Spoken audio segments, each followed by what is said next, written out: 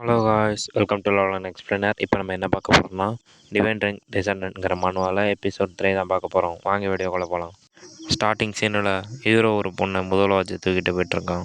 தூக்கிட்டு போகிற இடத்த சுற்றி இடம்லாம் உடஞ்சி கிடக்கு, காரெலாம் கோந்து நடந்து கிடக்குங்க. ஹீரோ திரும்பி பார்க்கும்போது அங்கே ஒரு 100 அடியில் ஒரு மான்ஸ்டர் நிற்கிது. அவன் தூக்கிட்டு போன பொண்ணை சொல்லுது, பிக் ப்ரோ, என்னாட்டி என் காலை உணர முடியல. அதோட அம்மா அப்பா இப்போ நல்லா இருக்காங்களா? அந்த நேரத்தில் ஹீரோ முன்னாடி ஏதோ வந்து விழுந்து புழுதியாக கிளம்புது. இது நடக்க முடியாது அப்படின்னு ஹீரோ அழுதுகிட்டே பார்க்குறான். அம்மா அப்பா அப்படின்னு ஹீரோ நல்லா வேகமாக கத்தி பார்க்குறான். ஒரு ரெஸ்பான்ஸ் இல்லை. அந்த வேகத்தில் அப்படின்னு கத்தி வாழ்க்கை வெறுக்கிற அளவு ஊற்றுறான். டஷியோ, நிற்காத, ஓடிட்டாரு, இல்லை நீ செத்துருவ. அங்கிள் நாசா, ஆனால் எங்கள் அம்மா அப்பா திரும்பி போங்க, இல்லைன்னா நீங்கள் இறந்துருவீங்க. அமைதியாக இருங்க, நான் அந்த டார்க்னஸை தோக்கடிக்கிறேன். ஆனால் எங்கள் அம்மா அப்பா இன்னும் வீட்டில் தான் இருக்காங்க. ஹீரோவோட தங்கச்சி நேம் கரீனா, அதனால் சொல்லிகிட்ருக்காரு அவர் அங்கிள். கரீனாவோட கால்கள் நம்ம இப்போ வேகமாக மருத்துவமனைக்கு சொல்லணும். அண்ணா, நீங்கள் மறுபடியும் அந்த அவேக்கன் டெஸ்ட்டுக்கு நாளைக்கு போக போகிறீங்களா? நீங்கள் நிச்சயமாக அதை பண்ண போகிறீங்களா?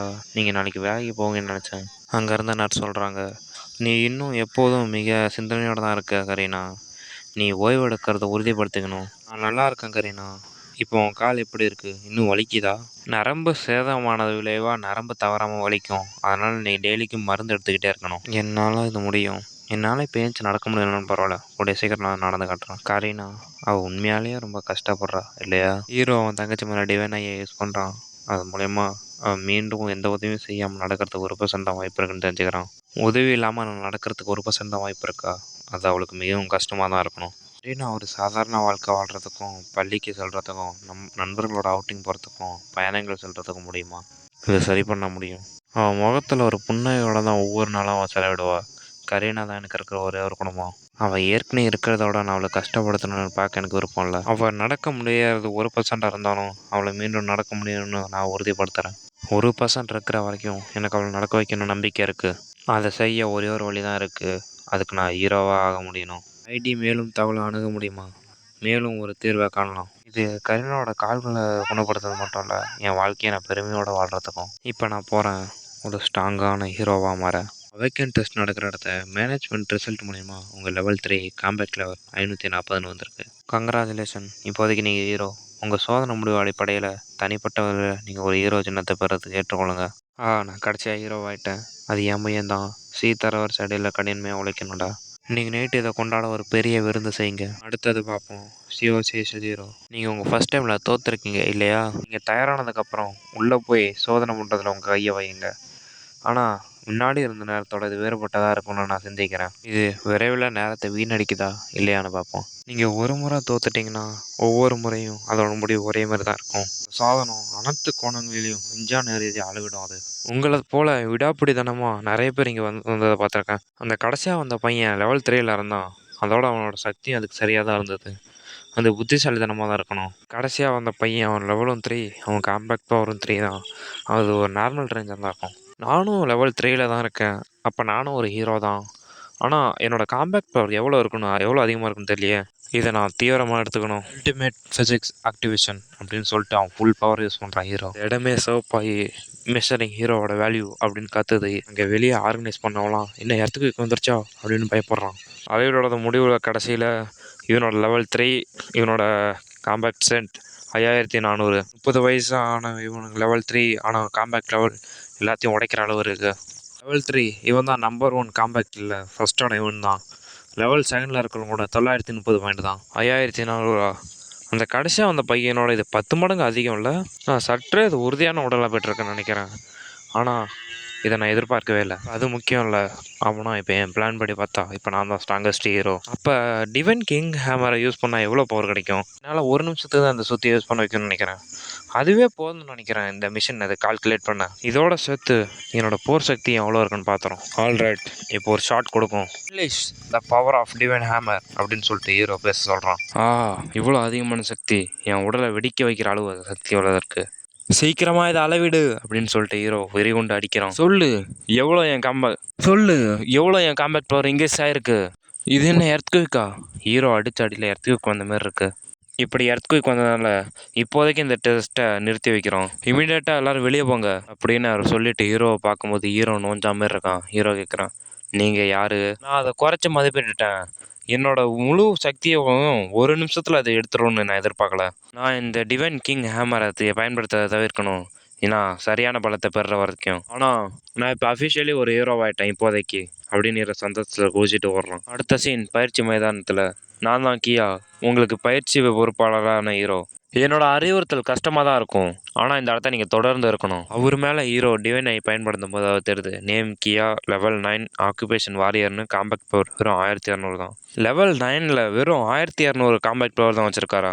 நான் லெவல் 9 வரும்போது என்னோட காம்பேக்ட் பவர் எவ்வளோ அதிகமாக இருக்கும்னு நினைக்கும் போதே எனக்கு ஆச்சரியமாக இருக்குது. இந்த மாரி நியூபிக்லாம் எனக்கு பயிற்சி வைப்பாங்கன்னு நான் எதிர்பார்க்கல. இந்த வேலையை செய்கிறதுக்கு அவன் என்ன லெவலில் இருக்கான்னு தெரிஞ்சிருது கூட நல்லாயிருக்கும். நாளைக்கு நீங்கள்லாம் டி ரேங்க் டஞ்சனுக்கு நுழைய போகிறீங்க. டைரக்ட் சண்டை போடுறப்போ சில அனுபவத்துக்கு அப்புறம் உங்களுக்கு என்ன ஆக்குபேஷன் கிடைக்கும்னு கன்ஃபார்ம் ஆகும். அதை வச்சு நீங்கள் பொருள் சேகரிக்கலாம். நான் ஆல்ரெடி ஒரு டஞ்சனுக்கு நான் போயிருக்கேன். ஃபஸ்ட்டு உடற்பயிற்சி ஒரு வாரத்துக்கு இருக்க வேண்டாமா? எங்கள் ஆக்குபேஷன் என்னன்னு தெரிஞ்சுக்கிட்டு வேணால் டஞ்சனுக்குள்ளே நுழையலாமே. பேசிக்கான ஃபிசிக்கல் ட்ரைனிங்கா? இதுக்கெலாம் இப்போ நேரம் இல்லை.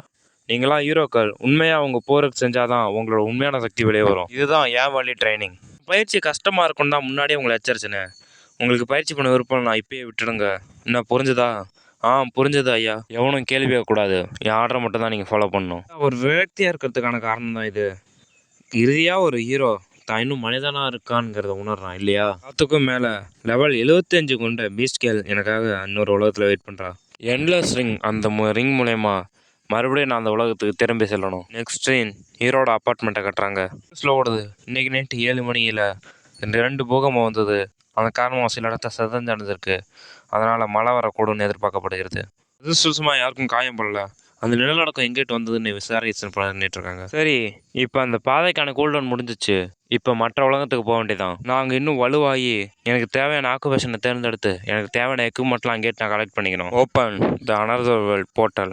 அதை சொன்னது ஹீரோ ஒரு போர்ட்டல் மூலிமா இந்த உலகத்துக்கு வந்துடுறான். ஸோ இங்கே நான் மறுபடியும் வந்துட்டேன். இந்த இயற்கை காய்ச்சலாம் இன்னும் அப்படியே இருக்குது. என் ட்ரெஸ்ஸு கூட மாறி இருக்குது. நான் ஃபஸ்ட்டு போட்டிருந்த சட்டை. நான் பார்க்குறேன், நான் இந்த உலகத்தை விட்டு வெளியேறினதும் அந்த நேரமும் அந்த உபகரணம் ரெண்டுமே அவற்றோட ஒரிஜினல் நிலைக்கு போயிடும் இருக்குது. என்ன விஷயம் மாஸ்டர்? ஓ, இதை பற்றி நான் மறந்தேட்டேன். இல்லை ஒன்றும் இல்லை. எப்படி இருந்தாலும் சமன் செய்ய ஆரம்பிக்கலாம். வழி நடத்துங்க. எனக்கு இன்னும் ஆர்வமாக இருக்குது மாஸ்டர். பக்கத்தில் லெவல் 3 உள்ள ஒரு காப்ளின் கூட்டம் இருக்குது. அங்கே போய் நம்ம பயிற்சி செய்யலாம். காப்ளின்லாம் லெவல் 3 இருந்தாலும் அது ரொம்ப ஆபத்தானது. அதோட கூட்டமாக இருக்கும். நீங்கள் எப்பயுமே பாதுகாப்பாக இருக்கணும். லேசாக இருந்தால் நீங்கள் ரொம்ப கவனமாக இருக்கணும். காப்ளின்ஸ். இப்போ இதை பார்க்கும்போது தான் ஒரு கற்பனையான உலகம் போல தோணுது. சூஸ் மூலயமா எந்த மாதிரி விளைவு ஏற்படணும்னு நான் காண்றதுக்கு மிக மகிழ்ச்சியாக இருக்கேன். அதற்கான தீர்வு காணப்பட்டது. இப்போ முதல் டார்கெட்டே காப்ளின் தான். ரொம்ப கவனமாக இருங்க நீங்கள் காப்ளினை பார்க்குற வரைக்கும் அப்படின்னு சொல்லிட்டு இருட்டில் நடந்து போயிட்டு இருக்காங்க. நீங்கள் லெவல் 72 இருக்கீங்க. அதை நீங்கள் எளிதாக வீழ்த்துறவங்க இல்லையா? அவளோட காம்பேக்ட் பவர் 6,30,000 இருக்குது. இது லெவல் 72க்கு எதிர்பார்க்கப்பட்டதான். உங்களால் என் லெவல் என்னென்னு பார்க்க வைக்கிதா? அப்போ தான் அவளோட லெவல் கட்டுறாங்க. 72 இருக்குது. ஆக்குபேஷன் வாரியர்னு இருக்குது.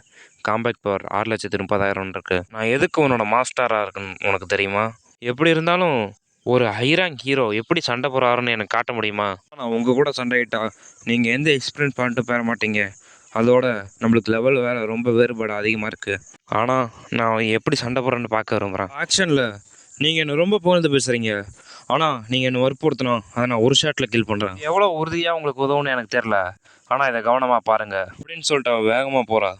ஸ்டெப் ஸ்லாஷ் அப்படிங்கிற ஒரு மூவை பயன்படுத்தி அங்கேருந்த காப்ளினில் ஒரே ஸ்லைஸில் கொள்கிறான். இந்த மூவ்மெண்ட் லெவல் 72 இருக்கிற வாரியர் பவரோட இது ரொம்ப கூலாக இருக்குது. நீங்கள் ரொம்ப கனிவானவர் மாஸ்டர். குறைஞ்ச அளவில் எனிமி இருந்தாலும் என்னோடய ஃபுல் பர்ஃபெக்டாக தான் நான் போட்டு இதை செய்கிறேன். இது உங்களுக்கு உதவியாக இருக்கும்னு நான் நினைக்கிறேன். உண்மையிலே எனக்கு யூஸ்ஃபுல்லாக இருந்தது. இது மூலமாக எனக்கு நீங்கள் நிறைய சொல்லி கொடுத்துறீங்க. இன்ஸ்டன்ட் லெஃப்ட் ஸ்லாஷுங்கிறது ஸ்கில் ஹை லெவல் ஹீரோஸால் மட்டுமே யூஸ் பண்ண வைக்கும். இது உங்களுக்கு ஏற்றது இல்லை. அதோட நீங்கள் இன்னும் உங்கள் ஆக்குபேஷனே தேர்ந்தெடுக்கல இல்லையா? ஏன்னா நானும் ஒரு வாரியராக ஆவேன். அதோட நீ என் கூட தானே இருக்க. என் பக்கத்தில் லெவல் 72 இருக்கிற வாரியர் இருக்கும்போது எனக்கு எந்த கவலையும் இல்லை. அதை திறனை பிரதிபலிப்பது எளிதாக இருக்கும். இப்போதைக்கு என்ன டிவைன் கிங் ஹேமரை யூஸ் பண்ண வைக்காது. அதுக்கு பதிலாக நான் வேறு ஏதாவது ஆயுதத்தை கண்டுபிடிக்கணும். ஒரு நோட்டிஃபிகேஷன் வருது. நீங்கள் வாரியர் ஆக்குபேஷனை வந்திருக்கு உங்களுக்குன்னு. என் காரணமாக நீங்கள் ஒரு வாரியர் தேர்ந்தெடுத்துருக்கீங்க. அதனால் உங்களுக்கு பயனாக இருக்கிறத நான் உறுதிப்படுத்துவேன். கமெண்ட் செய்கிறதுக்கு உங்களுக்கு தேவையான எல்லாத்தையும் நான் ஆதரிப்பேன். முதல்ல வாரியருக்கு தேவையான எல்லா உபகரணங்களும் நம்ம கலெக்ட் பண்ணோம். இது என்ன வகையான உலகம்? ஷிஃப்ட் சேஞ்ச் ஆகிற நேரம்னு நினைக்கிறேன். யார் அது? இன்வென்டரா அப்படின்னு சொல்லி காப்ளின் கத்திட்டு வருது. இப்போ நீ கவனி, நான் இதை எப்படி என் சொந்த வழியில் சமாளிக்கிறேன்னு. அவன் டேகரை எடுத்து இப்போ நான் உன்னை செய்ய விரும்புகிறேன் மாஸ்டர். அதே மட்டத்தில் ஒரு எதிரியை ஈடுபடுத்துறது ரொம்ப கஷ்டம். எவன் ஸ்லைஸ் சக்தியை நான் முழுசாக இன்னும் சோதிக்கல. நீங்கள் என்னோட கின்னி பிக்காக இருப்பீங்க அப்படின்னு ஹீரோ சொல்லிட்டு ஜம்ப் பண்ணி ஒரு எவன் ஸ்லாஷ் அப்படின்னு கத்திக்கிட்டு ஒரு ஸ்லாஷ் பண்ணுறான். ஸ்லாஷ் பண்ணதில் இடம்லாம் தெரிக்குது. ஒரே லெவலில் இருக்கிற காப்ளினை ஒரு நிமிஷத்தில் ஒரு தோக்கடிச்சிட்டாரு. 6 பேர் இருந்தால் கூட எதிர்த்து போராடுவார் இருக்கு. ரொம்ப வியக்கத்தக்கமானது. அதோட இது ரொம்ப ஈஸியாக இருக்குது. மீதி உள்ள காப்ளினை நான் கொள்வேன். செலெக்ஷன் இது ரொம்ப கவர்ச்சியாக இருக்குது. இறுதி முடியறதுக்குள்ளே நான் லெவல் 4க்கு போகணும். இதோட இந்த எபிசோடு முடியுது காய்ஸ். லைக் பண்ணுங்கள், ஷேர் பண்ணுங்கள், கமெண்ட் பண்ணுங்கள். அடுத்த வீடியோவில் பார்க்கலாம்.